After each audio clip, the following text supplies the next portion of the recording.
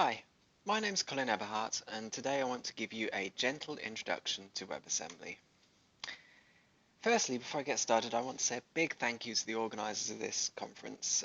At the moment, while we cannot meet in person, I think it's a great idea to take some of these conferences and put them online. Also, for us in the northeast of England, and here are a few photos of some of the places I'm lucky enough to live by, it's a great way for us to speak to a wider, more global audience. So again, thank you to the organisers for giving me this opportunity. So, before introducing WebAssembly, I want to start with the most basic and obvious question. Why do we need WebAssembly? Now, uh, most of you will probably know that JavaScript itself was developed and invented by a chap called Brendan Eich around about 25 years ago. And I've had the pleasure of seeing him talk at a few conferences. And he mentioned this at a conference a couple of years ago, and I just had to write it down. He said, JavaScript was a rush job that was barely good enough to survive. And I thought that was fantastically modest of the guy, but also it was very interesting. There's a certain element of truth to that. JavaScript was invented 25 years ago, and at that point in time, the web was a much simpler place, and JavaScript was developed in order to just add just a little bit of interactivity to an otherwise static World Wide Web. It wasn't initially designed for writing complex line of business applications. It wasn't designed for writing things like Facebook or YouTube. However, it's done a fantastic job, and it's barely good enough to survive. It certainly has survived. We've seen various plugin technologies try to take over the web, try to replace JavaScript, and every single one of them has failed. And that's led Brendan to come up with another sort of catchphrase, which is always bet on JavaScript.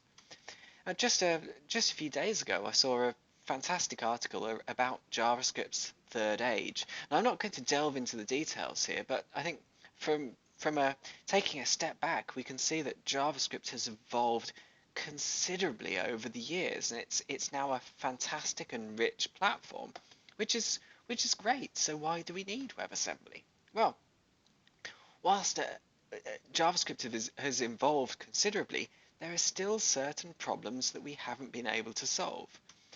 And to understand those problems, you need to understand a little bit more about what happens to your JavaScript when it's loaded by your browser. So I'm assuming that as a JavaScript developer, you'll probably be using React or Angular. You might be using TypeScript. And what happens when you write your code is your TypeScript or your JavaScript typically goes through quite a complex transformation process. It might be transpiled, you might have tree shaking, there would be certain optimizations going on, and what's eventually delivered to your browser looks a little bit like this. It's very tight, optimized, and quite obfuscated JavaScript code. As a result, it's clear that JavaScript is as well as being a first-class language, is more often than not used as a compilation target.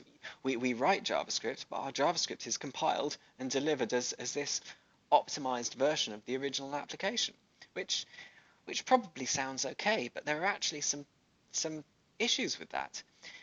In this diagram, this gives a rough overview of how that JavaScript application is loaded and executed by your browser.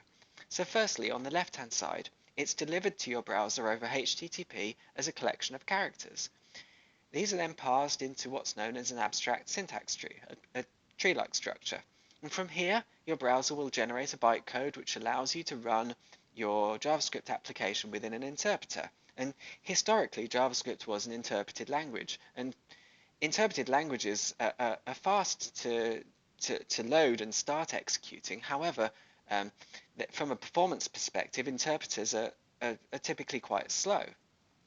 So your browser will make certain assumptions about your application that will allow it to compile it into a much more efficient format. And browsers have various different compilation tiers. At each turn, they will make certain optimizations that allow them to make make a faster compiled form. However, if those optimizations and those assumptions are false, it will have to bail out to a lower compilation tier. So the whole time your browser is running and profiling and optimizing and recompiling your code. And what happens is these days JavaScript is really quite fast. If you compare it for certain algorithms against native equivalents, it's pretty close. However, whilst JavaScript is fast, there's quite a long and convoluted route to reaching that optimal speed. So if we again look at it from a timeline perspective, if we look at it from the sort of end user perspective, first our code is parsed, then it's compiled and optimized, potentially re-optimized, and then it's executed, and at the end there's garbage collection as well. There's a lot going on here to reach our peak execution. So what is WebAssembly? We'll start with a very simple description of WebAssembly. So WebAssembly is a portable, size and load time efficient format suitable for compilation to the web. So here we can immediately see that it's addressing some of the problems that I outlined in the previous slides. So firstly, it's portable. Considering it's a web format, it has to be portable. That's a given. It's size and load time efficient, so it's size efficient. JavaScript is transferred as characters over HTTP. WebAssembly is a binary format, which is much more size efficient. It's load time efficient as well, so rather than moving through a abstract syntax tree to an interpreter, it's much more readily compiled and optimized. Lastly, it's suitable for compilation to the web. So moving back to some of the comments that Brendan made about JavaScript initially, it was barely good enough to survive. It was never designed to be a compilation target, that's for sure. Whereas WebAssembly was designed from day one to be a compilation target, because that is how we use the browser these days. So again, with a very simplified view, again, JavaScript at the top, WebAssembly at the bottom. WebAssembly, your browser will decode your WebAssembly file. It still has to compile and optimize it, but that compilation and optimization time is much shorter than for JavaScript. And then it's able to execute. So the time from decode to execution is much shorter and much more efficient. So why do we need WebAssembly? So as I mentioned, JavaScript is fast. However, the path to speed is convoluted and inefficient, and there's very little we can do about it. That's how browsers work. Another point, which is equally important, is the web is ubiquitous. It's a platform that a great many people use. It's probably the most well-used platform for software delivery.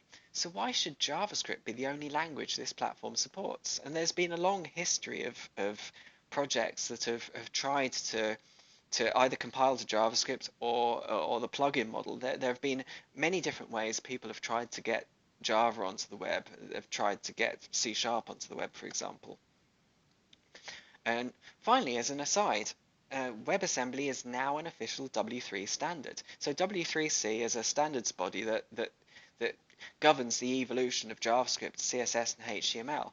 And as of last year, WebAssembly has been added to that cohort. So WebAssembly is now an official language of the web. It's the fourth language for the web, which is pretty amazing.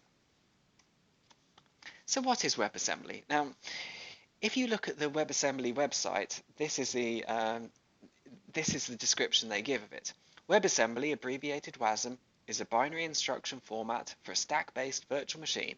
WASM is designed as a portable target for compilation of high-level languages like C, C++, Rust, enabling deployment on the web for client and server applications. Wow, that's not an easy description to understand. It's pretty dense. It's talking about stack-based virtual machines, and certainly no disrespect to the author of this paragraph. The reason why this is quite dense and technical is because WebAssembly itself is quite a low-level language. It's quite a low-level concept, so it warrants a description such as this. So what I want to do is through this presentation is give you a very gentle guide and a gentle introduction to WebAssembly, so hopefully you get a better understanding of what it actually is. So let's start our gentle introduction. Now, a good starting point for any language introduction is Hello World. The beauty of Hello World is it's blissfully simple. In most languages, Hello World is just a few lines of code, so it gives you a very quick introduction to the syntax and style of the language. So let's have a look at a Hello World application within WebAssembly.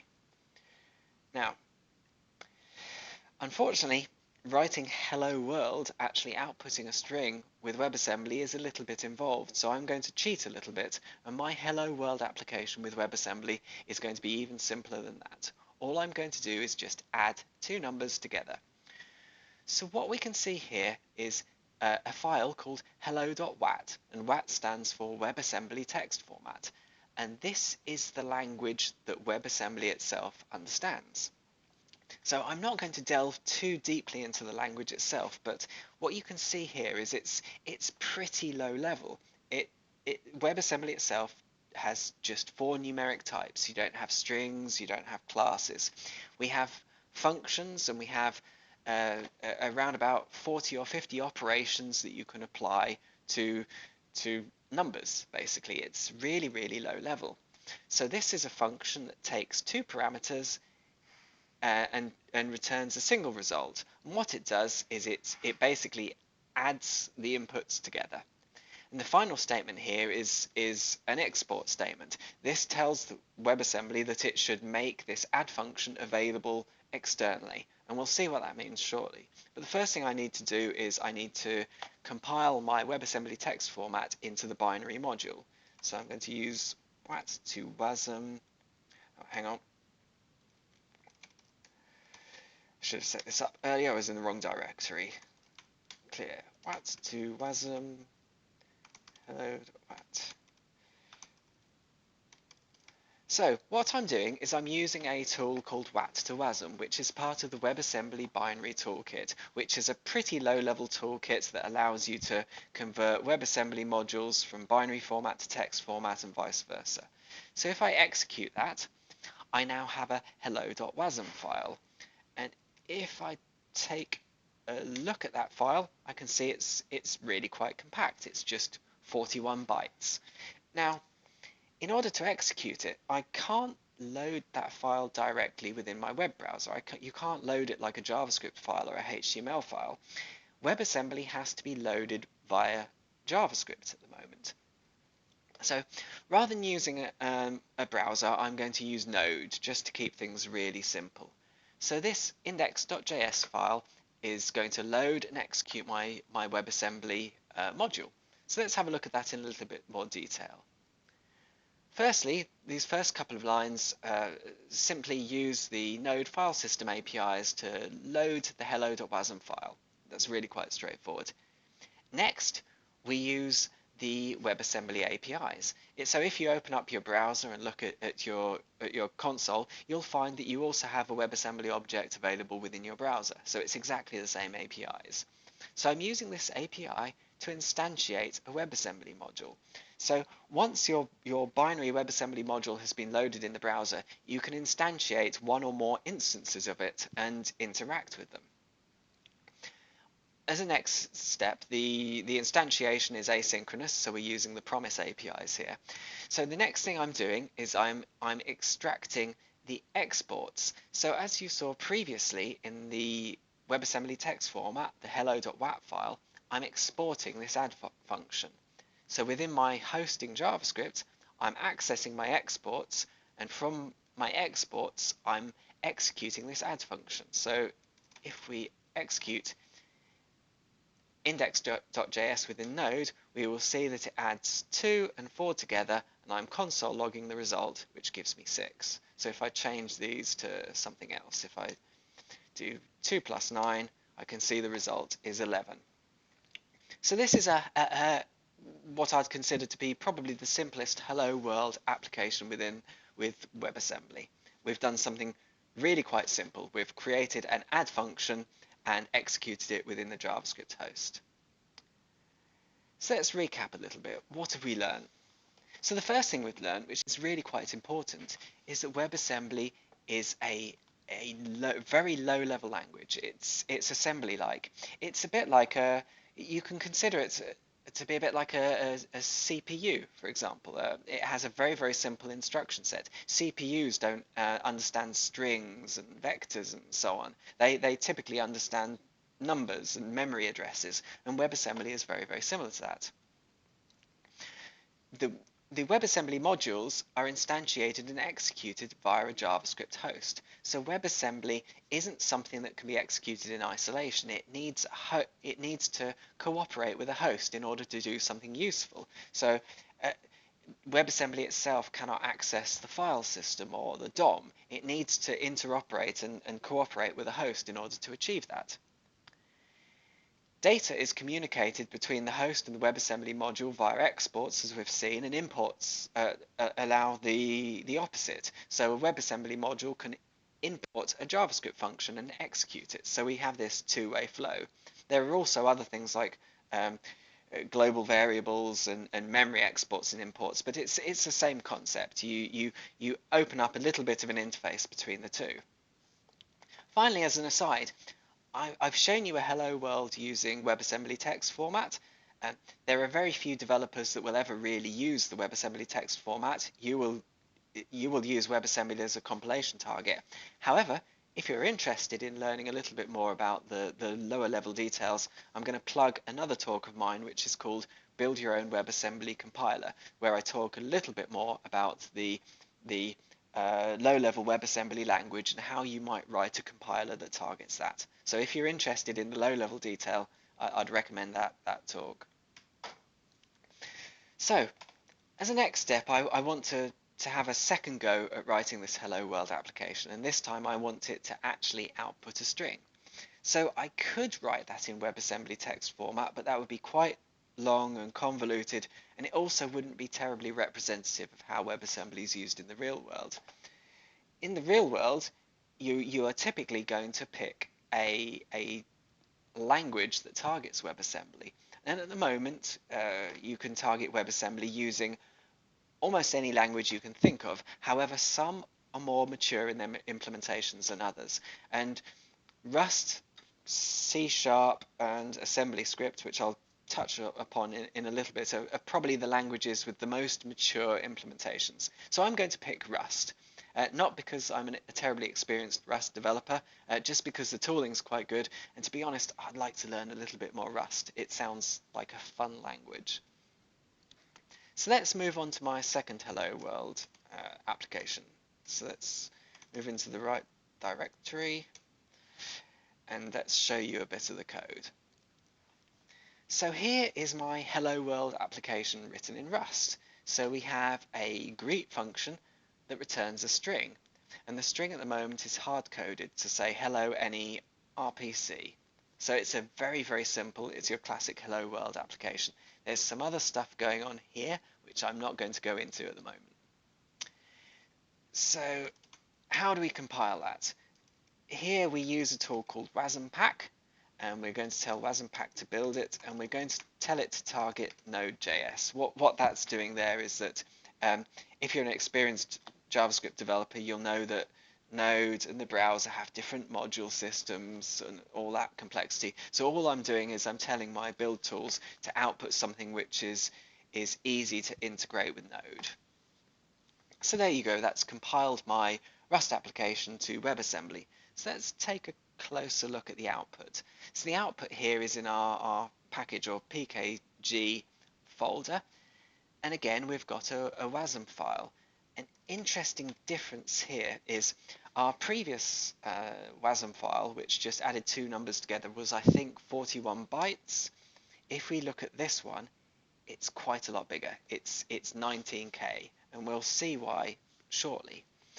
But as well as creating a wasm file, my wasampack tooling has created a JavaScript file as well. This JavaScript file incorporates what I call the glue code. So we'll have a look at how you execute the greet function, but before doing that, let's actually execute it and give it a go. So if we look in the test folder, I've got an index.js file that uses the node require format to require my hello world package and execute the greet function. So let's give that a go, just check it all works. Node test index, and there you go, it's outputting hello NE-RPC to the console. So let's have a little bit of a look at how that actually works under the hood. Now I'm not going to go through line by line. Here is the generated glue code, and there's only around about 40 or 50 lines of it. If you want to dig into the details, it's relatively understandable, but let's have a look at the greet function itself. So my greet function is invoking the greet function on my WebAssembly module, and the code above actually loads that module in exactly the same way as we've seen previously. But what it does this time is it uses WebAssembly memory. So WebAssembly has a block of memory that both JavaScript and WebAssembly can write to, and when a higher level language like Rust or C# wants to represent things like strings or structs or classes, these are encoded into WebAssembly memory. So part of the role of the glue code on either side is on the Rust side, on the WebAssembly side, its job is to encode the representation of strings into WebAssembly, and the JavaScript's job here is to read it from memory and decode it. So let's have a look. The decoder again is really quite simple. We're getting a subarray of memory at the right location, and we're using a simple text decoder to decode it. It's really quite straightforward. So that is how we create a simple, in inverted commas, simple-ish hello world application with WebAssembly. So here I want to show you what you've seen in a little bit more of a diagram form. So an important thing to point out here is what's in the grey boxes is the code you write.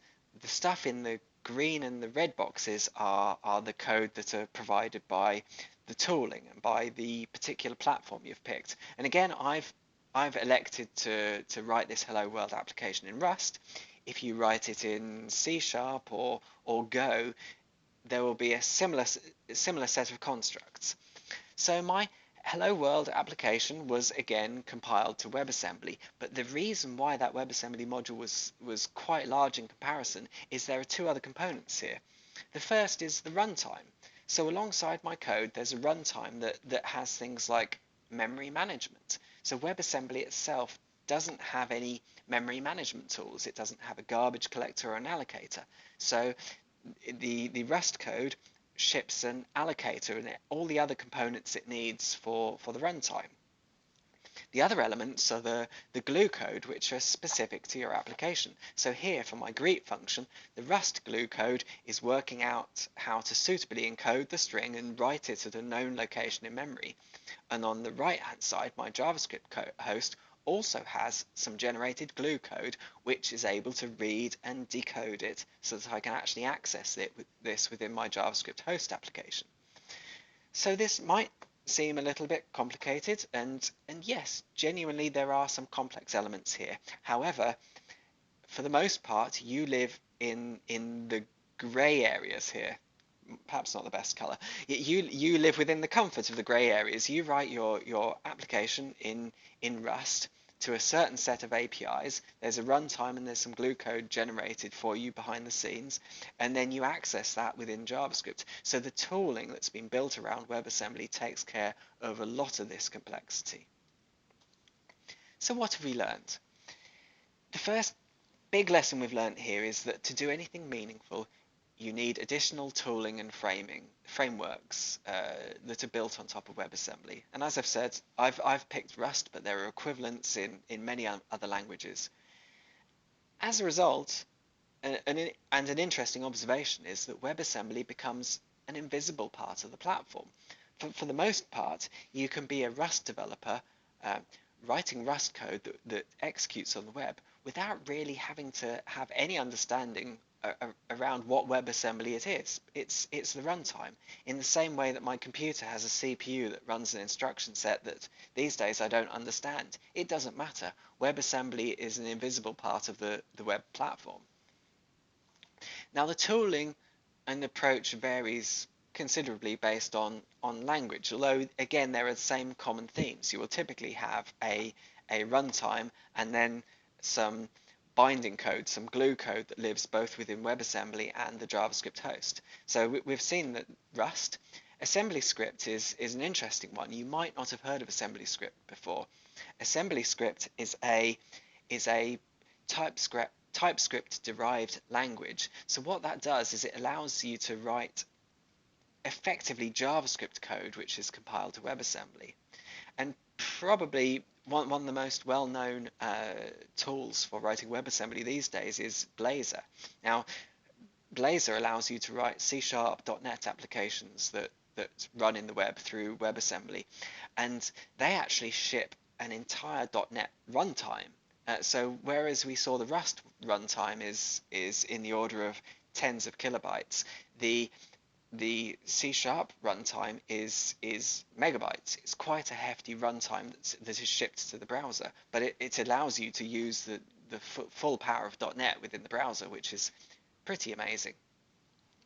So to sum up this gentle introduction, WebAssembly brings many new languages to the web, which is very exciting. For many people, this is the main motivation for using WebAssembly.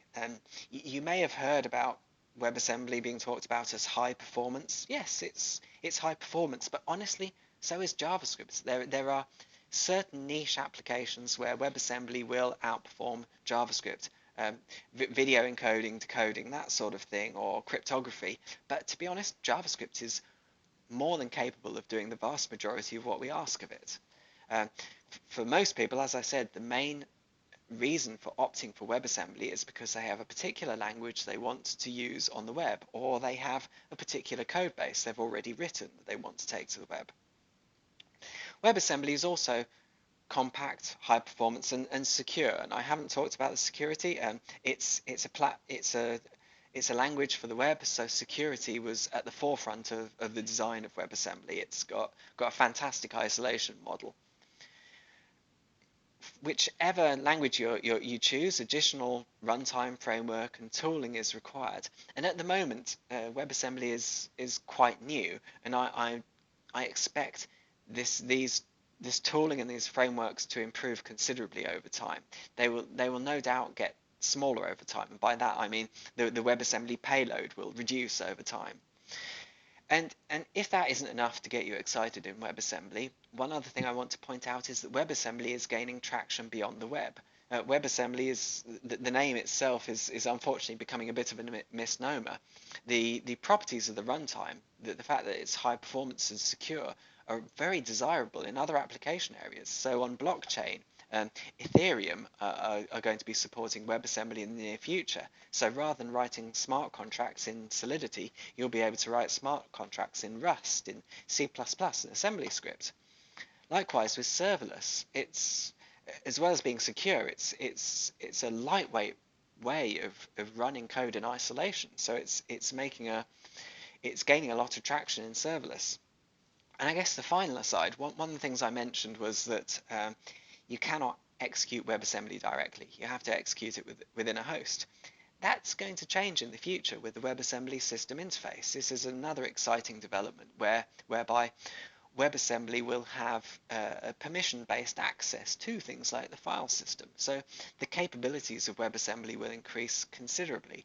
And I probably didn't mention this at the beginning. WebAssembly is very, very new. It's only been out in the wild for a few years, so we can expect it to evolve considerably, and its capabilities and its abilities will increase over time. So that brings me to the end of my talk, a gentle introduction to WebAssembly, and I believe I will be around for questions, hopefully, at this point.